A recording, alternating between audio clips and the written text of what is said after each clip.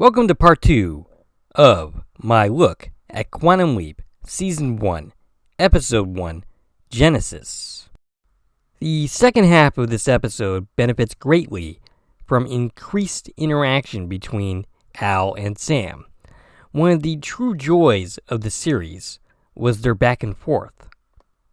The chemistry between Scott Bakula and Dean Stockwell was palpable. The first 40 minutes of the episode or so definitely suffer without it. For the second half of the episode, which looks to be in the Stratton's backyard. Sam is throwing a baseball with his son. Burdell is cooking.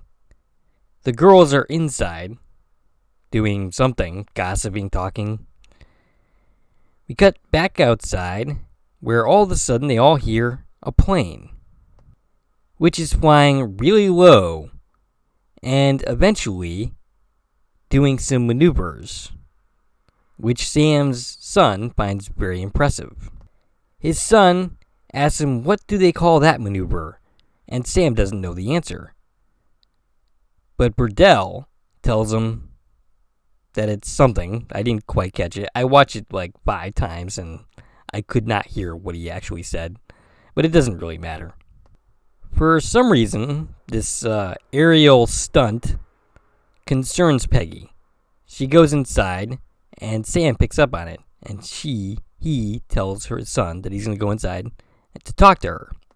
Sam goes into the house and says hi, and asks her if she's okay, saying that she looks a little pale. Peggy blames it on the heat, and Sam suggests that he could help by making a Caesar salad, and then says he's just kidding. Peggy says she knows, but doesn't seem all that impressed. And then Sam says, but I'm not joking about how you look. And Peggy says, well, that's your fault. Not quite. Peggy insists that she's fine, and that suggests that he should go back outside and play with Mikey, because they haven't been spending this much time together since he got hit by a bus. Well, that sounds like an interesting story that I would sure like to hear.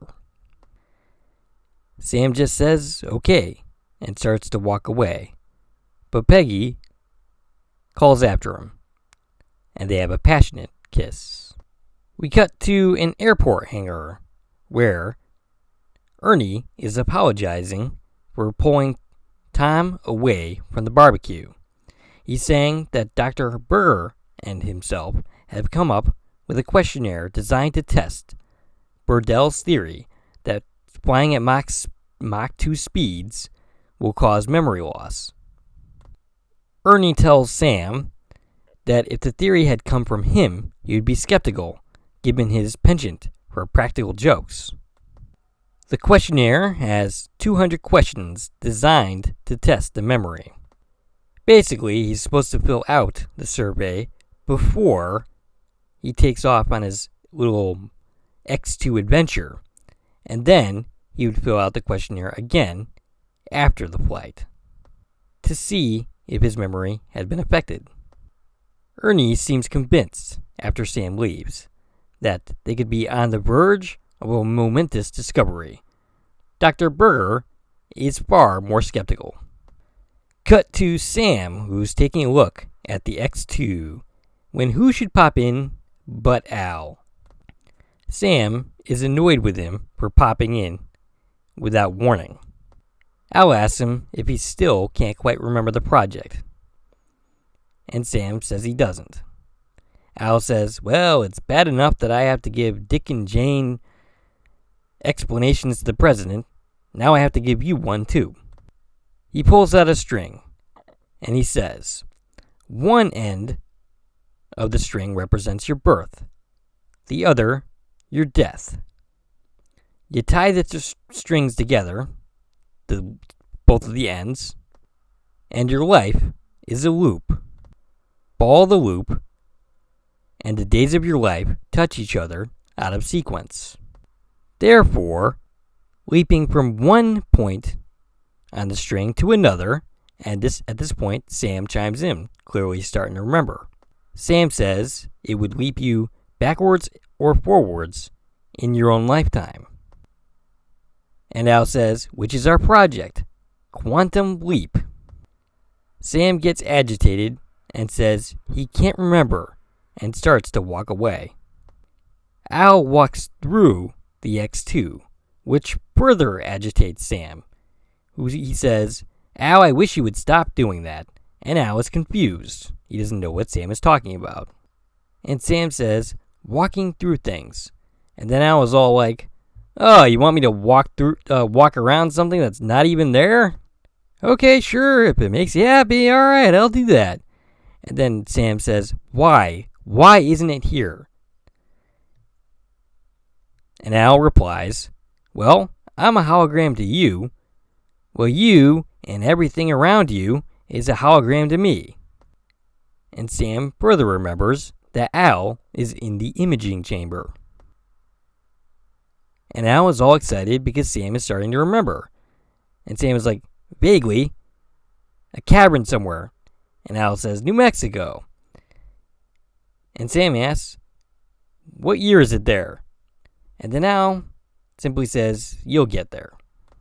If we get you back. And Sam says, if? Al says that Ziggy's theory is a load of crap. Basically, you'd have to believe that God, fate, or time was waiting, just waiting for Sam to take his quantum leap to correct a mistake. And Sam asks, a mistake in time? And Al says that's something that happened to Tom Stratton in the life of Tom Stratton in 1956. Once the guy, Tom Stratton being the guy that he bounced out. And once that's corrected, he'd leap out. Apparently, Tom Stratton was killed. If Ziggy is right, all Sam has to do is break Mach 3 and live. Sam doesn't seem to like this explanation as he starts to run off again. And Sam says, no way. And then Al says, hey, it's not my theory. And Sam says that there has to be another way. And Al says that the next scenario only has a 52% chance of working. Sam says he'll take it. And Al says that it requires him to be at ground zero during an atomic detonation. And Sam seems skeptical, like he thinks Al is joking. And Al replies, hey, you asked. Sam asks him, well, what else do you got? And Al replies, this isn't a shopping list, you know. Al tells him that the odds drop into the low teens after those scenarios. He says that the best shot would be to freeze the brain until all electrical activity ceases. And Sam points out that's called death. And Al tells him he never told him that it would be easy. Sam once again starts to walk off, and Al begs of him to stop walking so fast because he's nursing a hangover. He says that if he wants a sure thing, all he has to do is do nothing. Just live. And in 40 years, he will be back. And Sam asks, what about Tom? Well, he'll continue to live right from where he is now. Technically, he'd be the oldest man alive. But what about Mikey and Peg? I don't want to hurt them, but I can't go on having them believe that I'm Tom. Well, Al says they were going to lose him on Monday anyway. But, hey, if you were to bust Mach 3 on Monday, they could have him around for another 30 or 40 years. Al tells him he'll be his co-pilot. And Sam says, you're a hologram. Well, good, Sam. You're finally getting this down. Al is also an ex-astronaut. I'm having a little trouble talking today, I guess. The hardest part about flying is taking off and landing, but the B-2 takes care of that for Sam. All he has to do is fire off the rockets, and bazoom! Mach 3. And the second part, Sam asks? Landing? Al asks. You could never land the X2, not even with my help. So you don't. And Sam, catching on, says, so I eject. The plane crashes and burns. Sam lands safely on the ground. The moment Tom touches down, he leaps out, and Tom leaps back in. Sam says it might work. And Al, all of a sudden confident, is like, oh, of course it will. And Sam points out, a minute ago you thought this theory was crap. And Al says, that was before I thought it out. Sam looks extremely unconvinced. After, what seems forever of staring at clouds, it's 5 seconds, but it seems like forever, we cut to Sam looking longingly at a phone, and the sad, melancholic Quantum Leap music plays. He's clearly thinking about calling his dad again. But after staring at the phone for a while, he pushes it away. He's discovered by his wife. And when Sam says, you should be asleep, Peggy asks him, and you shouldn't be? Peggy says to him, you're worried about breaking the record tomorrow. And Sam says, no. Peggy assures him that he will do it. She tells him that he is going to be the fastest man alive. Peg goes on to ask him to promise her something. And Sam asks what? Peggy says that he has to promise first. Sam laughs and says, that's silly. How can I promise something if I don't know what I'm promising? And Peggy puts her hand on his mouth and says, shh, just promise. And Sam gently says he promises. Now, what did I promise? And Peggy says, I'll tell you tomorrow night. And she kisses him. Cut to the next day. Sam drops by Dr. Berger's office with the questionnaire filled out. And Dr. Berger says, are you ready to be the fastest man alive? Sam laughs and says, ready as I'll ever be. And he hands him the questionnaire. And Dr. Berger asks him, what'd you think of this, Tom? And he says that he isn't sure how useful it will be in gauging memory. But it sure did bring back some good ones. He leaves, and Dr. Berger looks at the questionnaire and starts laughing. We see Sam look at the X2, looking determined. Then we cut to a Peggy with her friend scenes. And then they notice the B2 taking off from the vibrations. Mikey, Sam's son, looks on with awe, or rather Tom's son, but whatever. Peggy looks scared. Burdell, in one of the escort planes, is singing a song, and eventually Ernie tells him to clear the channel or he will be in big trouble. Eventually, Dr. Berger comes over with the questionnaire and reads some of the answers, which is all from Sam's past, but they are all based. It's time for Tom to get into the X2, rather Sam at this point. And one of the pilots that took a run says that just before the whole thing went south, he could have sworn that he smelled coffee brewing. Sam, with a smile, says it's probably one of Weird Ernie's gremlins. The pilot agrees. They wish him a good luck, and Sam gives them the thumbs up and moves towards the X2. Sam starts to get nervous because Al is nowhere in sight. He climbs into the X2. No sign of Al. They close the X2 door, or whatever. They put something over the X2. And still, no sign of Al. Sam is growing increasingly panicky. The countdown to dropping the X2 begins. And still, no sign of Al. 4, 3, 2, 1. The X2 is released, and Sam yells, Albert! The fact that he's dropping and hasn't done anything does not go unnoticed by the people down on the ground. They ask him if he's having a problem. And Sam says, I can't fly. And finally, we hear Al, who says, relax, I can. Al appears by moving through Sam. And he tells Sam to follow his lead. Light off engine 1 and 2. The X2 accelerates, and Al laughs, saying, it's a kick in the butt, isn't it? Follow my movements. And Al moves his hand downward with the joystick. Without the joystick, because he's a hologram and can't do that. But Sam grabs the joystick and follows Al's exact movement. Sam asks him, where the heck were you?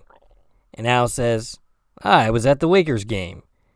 And Sam says, you were at a ball game? Well, technically, he was at a basketball game. That's what they would call it. Or maybe now the Lakers play Major League Baseball, too. But Al doesn't quite correct him. He just says, it wasn't just a ball game, it was a playoff game. And Al says that at the after party, he met a girl named Martha. And Sam says, well, I guess it's a good thing you didn't spend the night with her. And Al simply says, he did, which draws an irritated look. Al then announces, coming up on Mach 1. And Sam repeats, sounding annoyed, what Al just said. So those listening in can hear the announcement. Al continues to help him, and he continues to accelerate. He hits Mach 2. Sam marvels at the beauty of the sky. And Al tells him to punch the third engine and go for it. And he does as he is instructed and accelerates. And then they hear the boiling sound. Sam asks him if he hears that, and the answer is yes, he does. As it turns out, Tony, the pilot, didn't hear, or rather didn't smell coffee. He heard it, and Al realizes that it was the fuel. The firelight goes off. Al starts urging Sam to shut it down, and Sam seems to be struggling to reach the controls. Exciting music plays as he gets close to Mach 3. But it's not really clear to me whether he ever actually hits Mach 3. He's close, but then Al tells him to eject, and we cut to Peggy real quick, and her coffee pot explodes. And then we cut to a clear sky. We see the falling debris of the X2 as it falls to the ground. And eventually, after what seems like an eternity, we see Sam hit the ground. Wouldn't you know it, Sam Beckett is still alive. But he doesn't leap. And Sam, with frustration, says, damn it, I'm still here. Eventually, he's converged on by the people that were on the ground. We hear a siren, which looks like it was basically a fire truck. Inside one of these vehicles, he's being checked out by Dr. Berger, who tells him that they could be combing the desert looking for what's left of him. That all the flyboys are all the same. Losing their plane is worse than losing their wives. Dr. Berger is picking up on Sam's frustration, but he doesn't totally understand the reason why. Or he does, but he understands wrong. Because Sam is actually frustrated because he hasn't leaped. Al shows up behind Dr. Berger, and Sam says, with frustration, I'm still here. Dr. Berger assumes that Sam is talking to him. Because what else is he supposed to assume? That he's talking to his invisible holographic friend Al? Wouldn't be my first guess. Actually, now that I think about it, maybe after watching the show, it would be. Al sarcastically, I think, suggests they could try the atomic bomb theory, and Dr. Berger at that moment is saying he needs to take his blood pressure, and Sam says aloud, "No thank you." And Dr. Berger once again assumes that he's referring to him. And Al says it's not his theory. He never bought into the whole do a good deed thing and weep. And Sam asks, "So I'm stuck here." Dr. Berger is responding to him while Al is doing that so at the same time, suggesting that Sam might leap back when he least expects it, like maybe when he's sleeping. Sam asks Al if he really believes that, and Al says that he's not sure, but in the meantime, there's no reason to stick around, and he'd feel really bad if Martha woke up and he wasn't there. While at the same time, Dr. Berger is saying that he absolutely believes that Sam does not belong in the hospital. And after Al finishes talking, Dr. Berger suggests, unless his blood pressure keeps elevating, more than likely due to the fact that he hasn't left, and at Al being Al. We cut to the hospital, where apparently Peggy is at. Mikey runs up to him. Dr. Berger tells him that Peggy went into premature labor when she heard the crash. Dr. Berger takes off. Sam tells Mikey that he knows he wants to be with his mother, but right now, Sam wants him, to stay with Sally and Peggy's other friend. They're both very pregnant and very frightened, and we see Mikey start to cry. And before Sam goes into Peggy's room, who is excited to see him and surprised, they embrace. Peggy tells him that she knew he would keep his promise. Peggy ends up asking, "Did you end up setting the record?" And Sam says, "I guess so." But again, watching that scene over again, it's not really clear whether he actually hit Mach 3 or not. Peggy starts to experience labor pains, and Sam tells her to breathe. Apparently not a technique that was known in 1956. Dr. Berger gets Sam's attention. Sam tells Peggy that he will be right back. Dr. Berger introduces him to the other doctor who's taking care of Peggy. And apparently, Peggy is 9 weeks early. The nearest neonatal center is available by plane, but he isn't sure that moving Peggy is such a great idea.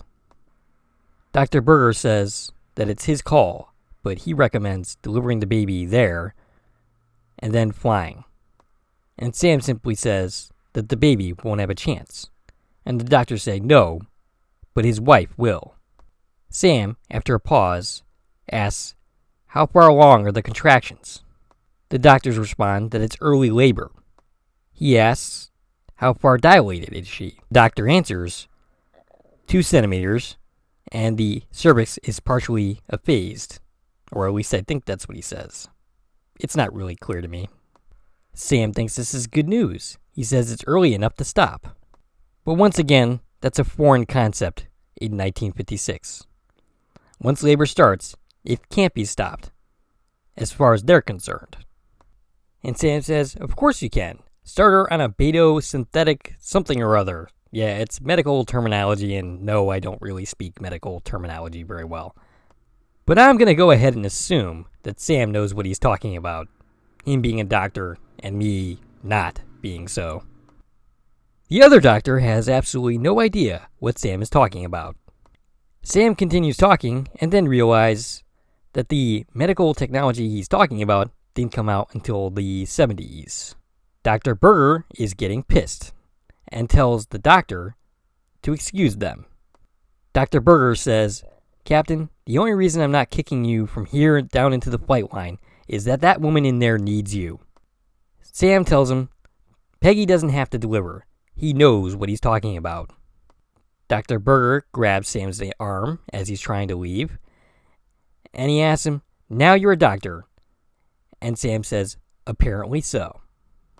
This doesn't cool down Dr. Berger. He says, "Tom, I'm going to give you an allowance for your behavior up to this point. But if you persist in wasting our time with whatever crap you and Mr. Burdell are trying to pull, he will make sure that Tom, never flies again." "It's not a sham," Sam says. "Those answers are true." And then Dr. Berger says, "You are one sick bastard." Sam turns quickly to him, and then it dawns on him. Sam starts to suggest using an IV of alcohol and some other technical terms that I don't quite get. Sorry. He asked Dr. Berger to use his brain. What would injecting an IV of alcohol do? And Dr. Berger realizes it would get her instantly drunk, which would interfere with the chemicals that have led to the contractions. In other words, it would stop the labor. Dr. Berger approaches Peggy's doctor and asks him if he heard any of that, and asks him what he thinks. And her doctor suggests that they give it a try. We cut to Peggy, who is singing in probably the most memorable scene of the episode. She's singing, "Que sera, sera, whatever will be, will be." Let's just say her voice is way better than mine, and leave it at that. Sam at her bedside looks on and smiles. Dr. Berger and Peggy's doctor are in the background smiling. Apparently, the mission was a success. The doctors exit the scene, and Peggy says to him, "Hey, fly boy, the squares are gone. You want a boogie?" And Peggy says, after they kiss, "I love you."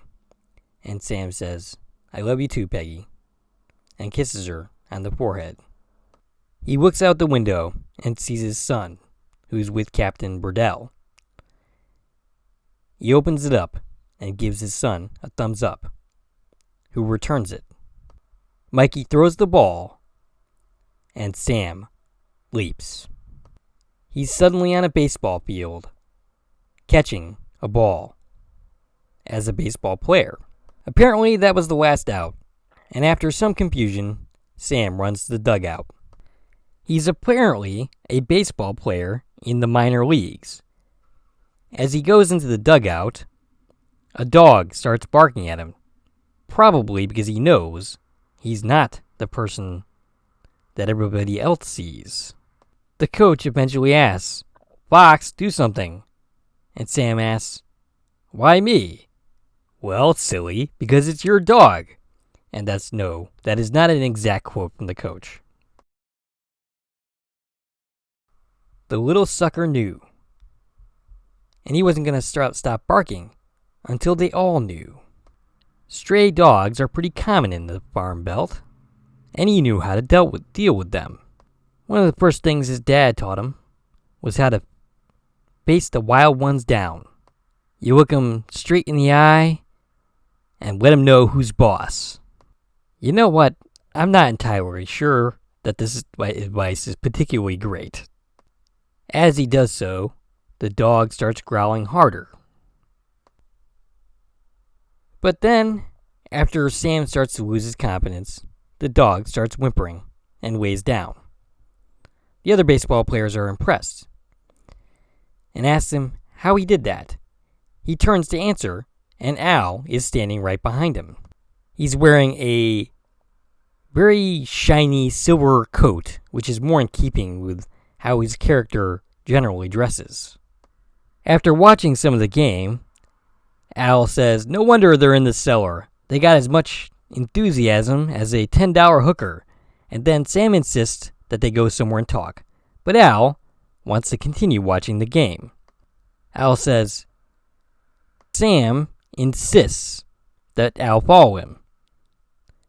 And one of the baseball players thinks, once again, that Sam is talking to them and says he can't follow him. He's up next.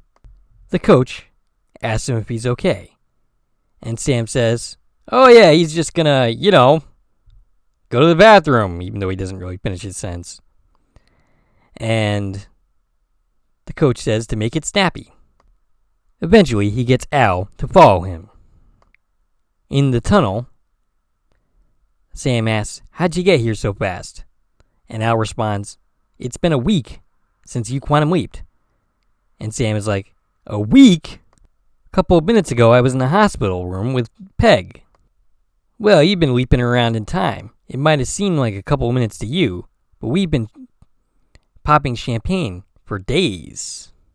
Al continues talking about the party, and Sam could care less. Eventually, he says, Al, I'm having a real identity crisis here. 1 minute, I'm Tom Stratton, and the next, I'm a ball player named Fox. And Al corrects him, Tim Fox. 32-year-old third baseman for the Waco Bombers. According to Ziggy, he hit .415 at one point, got called up to the majors, where he broke both of his legs sliding. He got sent down to recover, and he's been down there for 5 years. Sam runs to check himself in the mirror, and does so, and says out loud his famous catchphrase, oh boy. Al says to him, come on, Sam, you're missing the game. And Sam says, the hell with the game. And Al tells him that it's his last game in professional ball. And pretty soon, in a couple minutes, he's going to fly out to center. And the Bombers are going to finish another season in the cellar. And you're going to hang up your spikes. And Sam asks, and then what?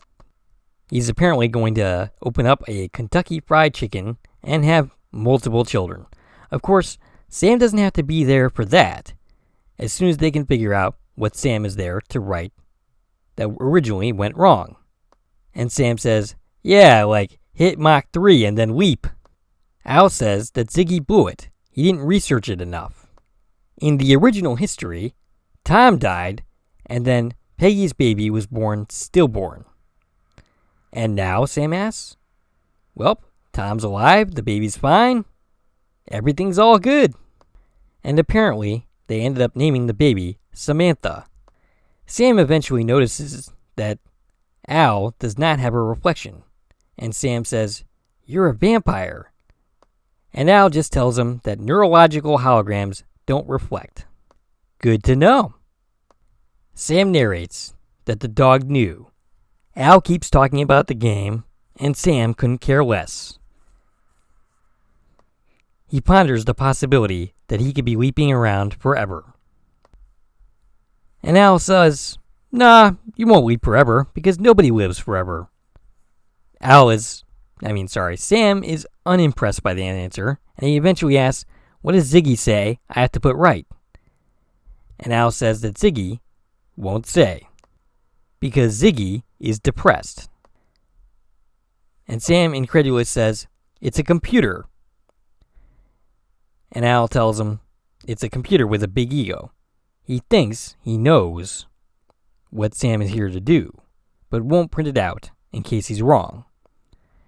And Sam says, who created this Ziggy? And Al finally tells him that Sam did. Quantum Leap is Sam's project. Sam is the genius behind it. At least he was before Sam's brain got magnifoozled, or however Al puts it. And Al is skeptical, or rather Sam is, when he tells him, no, I'm a medical doctor. I found that much out. And apparently, Sam holds 6 degrees. Medicine was just one of them. But his specialty was quantum physics. The truth of the matter is, if there was one guy who could figure out how to get him home, it was himself. And Sam laments the fact that he can't even remember his name. And Al, sadly, eventually, after a beat, tells him that it's Beckett. And Al wanders away back to watch the game for some reason. Probably because he knows what Sam is about to do. Sam finds a phone, asks for long distance from the operator, and asks for a John Beckett in Elkridge, Indiana. His father answers, and Sam emotionally says, "Dad?" which confuses his father, because of course, at this point, Sam is still home. Eventually, Sam comes up with a story that he's actually just a relative. Sam tells his dad, or rather, he's afraid that he's not going to be able to make it back for the holidays for his father, because apparently that's something that happened in Sam Beckett's past. And his father tells him that he will understand. And Sam says that he really... It doesn't mean that he doesn't love his father. He does, even though he doesn't. He's never said so. And Sam is crying at this point. John says that his father knows that a son can't feel the way he does without his father knowing it. Sam says maybe, but when he doesn't show up for Thanksgiving, it's going to hurt him. And John says that it's nice to have the kids home for Thanksgiving, but sometimes it can't happen. He's a young man trying to make his mark in the world, and how he goes about doing that matters more than him showing up for turkey. At least it would be for him. And that's really what matters to Sam. John eventually invites Sam over for the holidays at their place. He might not be able to make it home to Australia, as apparently Sam has said he is at, or where he lives, rather, but he's a lot closer to where John is, and they would love to have him. Sam says that he isn't sure he's going to be able to, through tears and smiles. Sam tells him that he will remember that, and says goodbye, and then quietly, in a way that his father can't hear, he tells him that he loves him. He hangs up the phone, and then we cut to John Beckett. Now, he's played by a completely different actor than he will be from here on out. From here on out, anytime we see him, which is not very often, I can only think of a couple of times where we actually see him. He's actually played by Scott Bakula.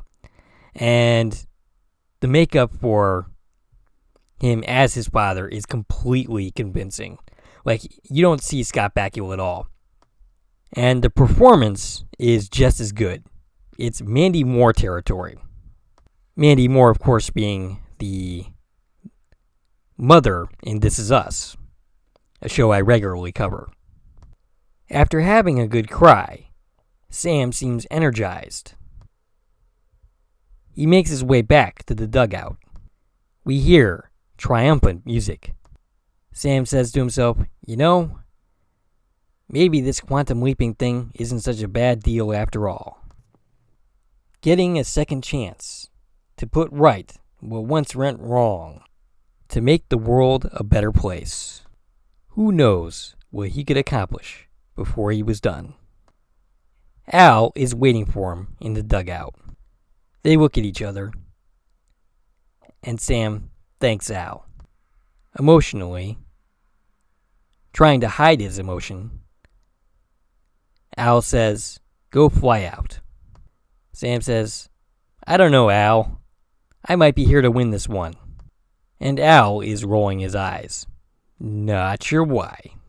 Sam is leaving the dugout to go bat, and the coach stops him. Coach says, "Hey, it's my last year too. I don't want to end it in the cellar." And Sam, without saying a word, just taps his fist on his coach's shoulder. He makes his way to the plate. The crowd is cheering for him. Al appears next to him and says, "Are you serious, Sam?" Al makes some reference to the pitcher and then says that Sam is going to fly out to center. And Sam replies, "Fox flew out to center, and I'm not Fox." And then Al replies, Well, you're not Roy Hobbs either. The announcer announces Fox stepping to the plate. The pitcher throws. Sam doesn't swing. Strike one. The pitcher throws another pitch. Strike two. Al points out that last one had to be over 100 miles per hour. And Sam quietly says he will get the next one. The umpire asks him, "Did you ask for time?" And Sam says, "No, play ball." Sam looks determined. We cut to the pitcher. Things are slowing down. We're going into slow motion. The pitcher selects his pitch. Sam prepares to hit. The throw? Sam swings and completely misses. But the catcher does not catch the ball. The ball is loose.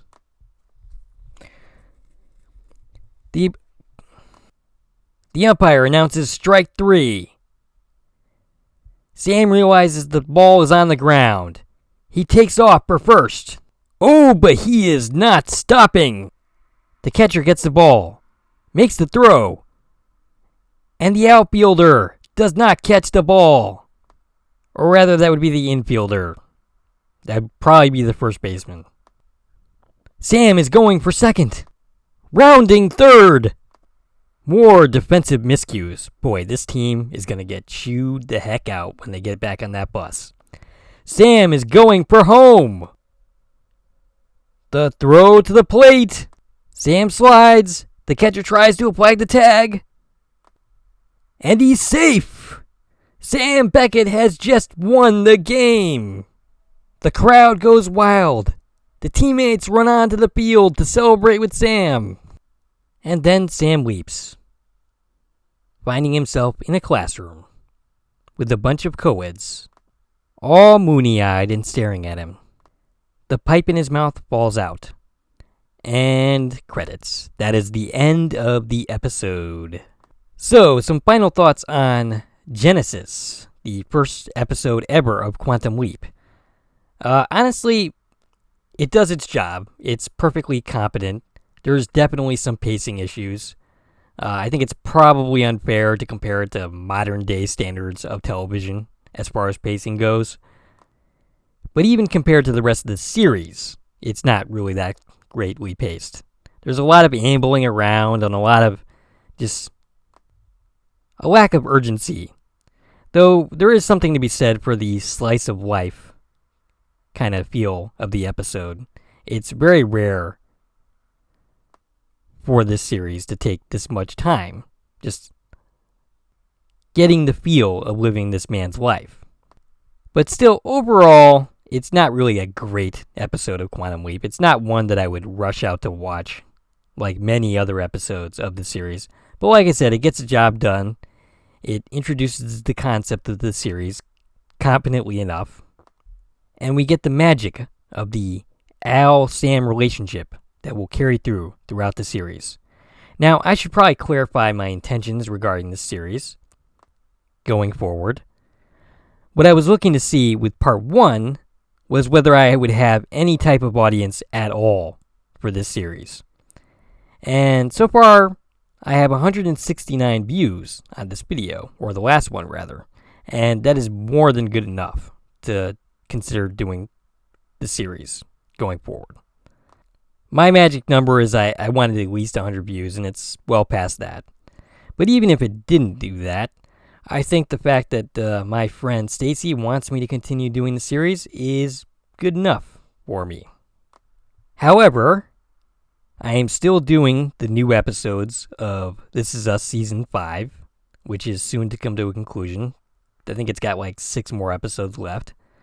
And I definitely don't always have the time nor energy to do multiple 40-minute videos per week. I'm definitely going to try to squeeze in the second episode of the series soon. But I'm going to, before doing this series regularly, at least finish out This Is Us Season 5. On top of that, I want to do rewatch episodes of earlier seasons of This Is Us. I want to get into at least Season 2 before the final season begins. So what I'm thinking about doing is alternating week by week once the current season ends. Do a rewatch of This Is Us, and then a rewatch of Quantum Leap. And occasionally, when I'm feeling extra motivated, I'll do both in the same week. But as of now, the videos on Quantum Leap are going to be somewhat erratic as to when they arrive. If you like this video and want to support the channel, there are a number of ways to do so. You can follow me on Twitter at Core Productions.